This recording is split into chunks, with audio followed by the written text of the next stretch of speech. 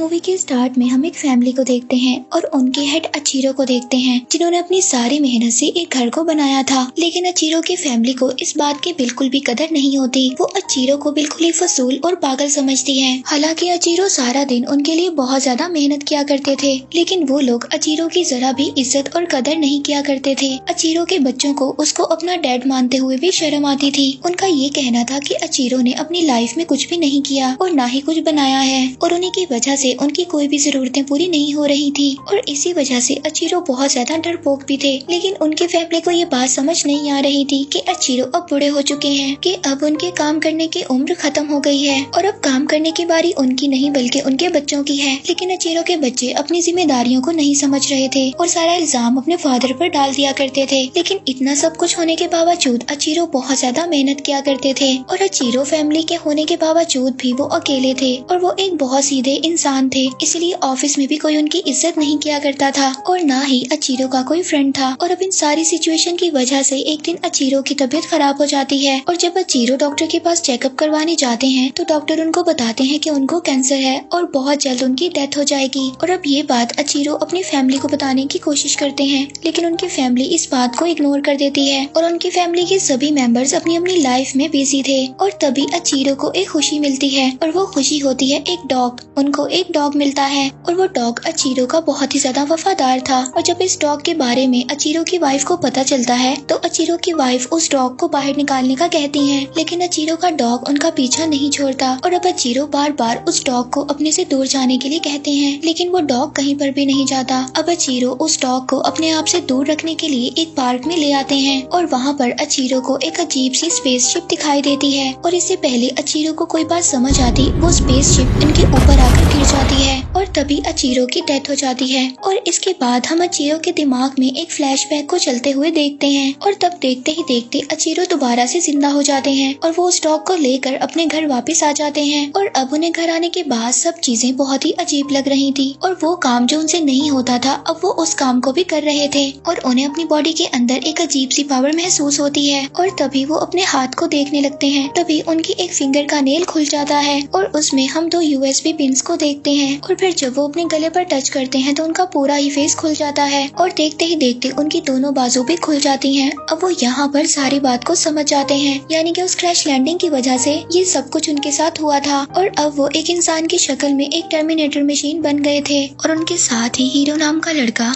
जो उस वक्त उस पार्क में मौजूद था वो भी अचीरो की तरह एक मशीन बन जाता है। लेकिन हीरो जल्द ही इस टेक्नोलॉजी को समझ जाता है और जल्द ही उसमें एक्सपर्ट हो जाता है। इवन उसका अपनी पावर्स पर पूरी तरह से कंट्रोल हो जाता है। हीरो अपने फिंगर से शूट भी कर सकता था, और वो किसी भी इलेक्ट्रॉनिक डिवाइस को बहुत अच्छे तरीके से कंट्रोल भी कर सकता था। और अब वो अपने पावर्स के बारे में अपने फ्रेंड को भी बता देता है। और यहाँ पर अगर बात हीरो की जाए तो वो एक अकेला रहने वाला इंसान था। उसकी फैमिली में सिर्फ उसकी मदर थी। उसके फादर पैसों के लिए किसी और के पास चले गए थे, और अब इसीलिए हीरो अपनी मदर को हमेशा खुश देखना चाहता था। लेकिन हीरो की फाइनेंशियली कंडीशन बहुत ज्यादा खराब थी। वो बहुत ज्यादा गरीब था और वो चाहकर भी अपनी मदर के लिए कुछ भी नहीं कर सकता था, और इसी सोच में वो हर वक्त दुखी रहता था। और जब हीरो किसी दूसरी फैमिली को खुश देखता था तो उसको गुस्सा आ जाता था। वो इस बात से जेलस होता था। और उधर दूसरी तरफ हम अचीरो को देखते हैं, जिनको अब अपनी पावर्स के बारे में पता चल गया था। वो देखते हैं कि वो एक कबूतर को बहुत जल्दी हील कर देते हैं, और तभी अचीरो को रोने की आवाज सुनाई देती है। जब अचीरो उस आवाज का पीछा करते हैं तो वो एक हॉस्पिटल में पहुंच जाते हैं। वहां पर आकर वो देखते हैं कि एक औरत का बेटा मरने वाला होता है। तभी अचीरो अपनी पावर्स को यूज कर उसके बेटे को ठीक कर देते हैं, और उस औरत का बेटा बिल्कुल ठीक हो जाता है।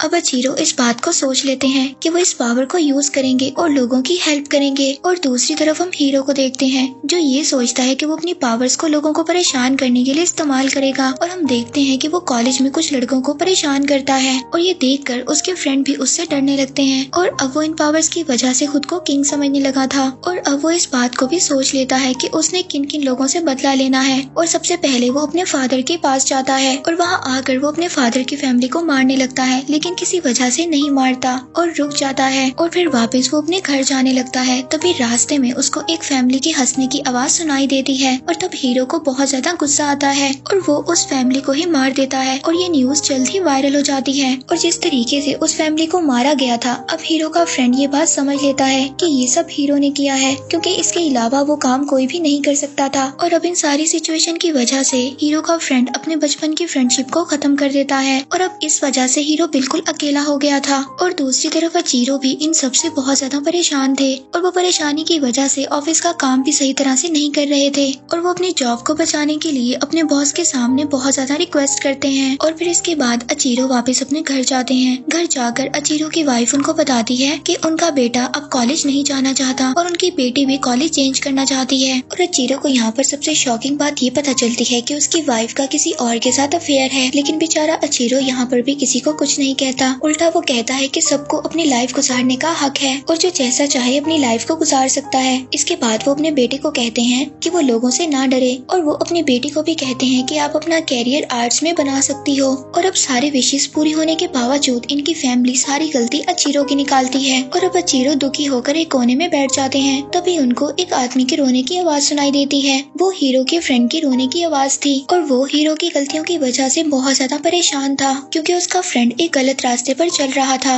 अब अचीरो वहाँ पर जल्दी से पहुँचना चाहते थे और अब इसी जल्दबाजी में उनके जेट बूस्टर्स बाहर निकल आते हैं और वो जल्दी से उड़कर हीरो के फ्रेंड के पास पहुँच जाते हैं। और जब वो वहाँ पर आते हैं तो हीरो का फ्रेंड उनको सारी सच्चाई बता देता है और कहता है कि आप ही हैं जो उसको रोक सकते हैं, लेकिन अचीरो के पास कोई भी फाइटिंग स्किल्स नहीं थी। और अब हीरो का फ्रेंड उनकी इस बात में मदद करता है और तभी वो यहाँ पर सॉल्ट वाला पानी पी लेते हैं, लेकिन उनकी एलियन मशीन इस बात को एक्सेप्ट नहीं कर पाती और जल्दी से उस पानी को बाहर निकाल देती है, यानी कि ये मशीन सॉल्टेड वाटर से खराब हो जाती है। और दूसरी तरफ हीरो के पास पुलिस भी पहुँच गई थी, क्योंकि उन्हें पता चल गया था कि उस फैमिली का मर्डर हीरो ने ही किया है। और अब वो लोग हीरो को अरेस्ट करने लगते हैं, लेकिन हीरो किसी की भी नहीं सुनता और वहाँ पर सबको वो शूट करने लगता है और वो वहाँ से भाग जाता है। इसके बाद वो अपनी फ्रेंड के पास जाता है, लेकिन अब हीरो की हर जगह पर चर्चे थे, वो मोस्ट वांटेड होता है। और अब इन सब की वजह से हीरो की मदर को सभी लोग बुरा भला कहते हैं, जिससे वो काफी ज्यादा दुखी हो जाती हैं और सुसाइड कर लेती हैं। और अब जब ये बात हीरो को पता चलती है तो उसको और भी ज्यादा गुस्सा आ जाता है और जो लोग उसके खिलाफ बोले थे अब उन सबको वो अपना शिकार बना लेता है। वो उन सबके डिवाइसेस को हैक कर लेता है और सबको मारने लगता है। लेकिन अब हीरो को ये बात पता चल गई थी कि इन सबके पीछे हीरो का हाथ है और वो अपनी फैमिली को सभी इलेक्ट्रॉनिक डिवाइसेस से दूर रहने के लिए कहते हैं, लेकिन उनके फैमिली में कोई भी उनकी बात को नहीं सुनता था। और दूसरी तरफ हीरो लोगों को किसी और तरह से मारने की प्लानिंग कर रहा होता है और तभी वहाँ पर उसकी फ्रेंड आती है, जिसको ये बात पता थी कि इन सब के पीछे हीरो का हाथ है, लेकिन फिर भी वो हीरो का साथ देती है। उसको इस बात पर यकीन था कि हीरो जल्द ही ठीक हो जाएगा और सब कुछ पहले की तरह नॉर्मल हो जाएगा। अब हीरो भी बहुत ज्यादा इमोशनल हो जाता है और अब इसीलिए वो इस बात को डिसाइड कर लेता है कि आज के बाद वो कभी भी किसी को नहीं मारेगा। और तभी वहाँ पर पुलिस आ जाती है और हीरो पर फायरिंग करने लगती है। और अब यहाँ पर हीरो को अपनी फिक्र बिल्कुल भी नहीं थी, क्योंकि उसको कुछ भी नहीं हो सकता था। उसको सबसे ज्यादा फिक्र अपनी फ्रेंड की थी, क्योंकि अगर उसको गोली लगती तो वो मर जाती। और हीरो अपनी फ्रेंड को बचाने की बहुत कोशिश करता है, लेकिन फिर भी उसको गोलियां लग जाती हैं और वो मर जाती है।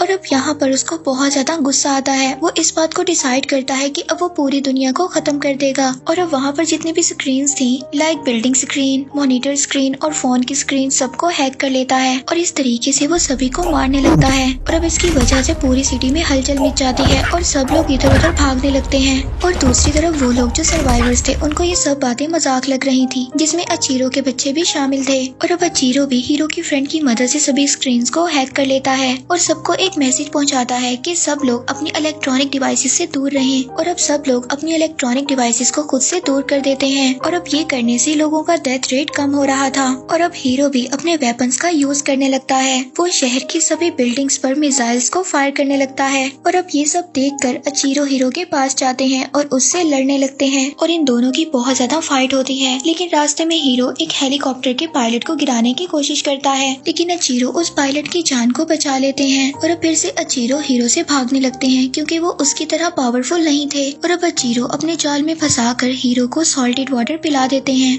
क्योंकि हीरो की बॉडी अब बहुत ज्यादा एडवांस लेवल पे थी, इसलिए सॉल्टेड वाटर का जल्दी असर नहीं होता और अब इसीलिए अचीरो हीरो को अर्थ से दूर स्पेस पर ले जाते हैं और अब सॉल्ट वाटर का हीरो पर असर होने लगता है और जैसे हीरो कमजोर होता है और अचीरो अपनी पूरी पावर से उस पर अटैक कर देते हैं। इसके बाद वो अपनी बेटी के पास जाते हैं। वो अपनी पावर से इलेक्ट्रिक शॉक देकर अपनी बेटी की जान बचा लेते हैं और हीरो फिर से वहाँ पर पहुँच जाता है और इस बार वो अचीरो को बहुत ही बुरी तरह मारता है और अब हीरो अचीरो को इतनी बुरी तरह मारता है कि उनकी हालत खराब होने लगती है। इसके बाद हीरो अपना शिकार उनकी बेटी को बनाता है और वो अचीरो की बेटी को उठाकर बिल्डिंग से नीचे गिराने लगता है, जहाँ पर अचीरो अपनी बेटी के लिए बहुत ज्यादा उससे माफी मांगते हैं और उसको छोड़ देने के लिए कहते हैं, लेकिन फिर भी हीरो उनकी बेटी को नीचे गिरा देता है और अब जैसे हीरो ऐसा करता है तो अचीरो के अंदर एक अलग किस्म की पावर्स डेवलप होने लगती हैं और वो अपनी पूरी पावर से हीरो को मार देते हैं और इसके बाद वो अपनी बेटी को भी बचा लेते हैं और इन सब के बाद फिर से सिटी में सुकून हो जाता है और अब अचीरो के घर में भी सब उनकी इज्जत करने लगते हैं और मूवी के पोस्ट क्रेडिट सीन में हमें दिखाया जाता है कि हीरो अभी भी जिंदा है और इसके बाद ही मूवी यहीं पर एंड हो जाती है।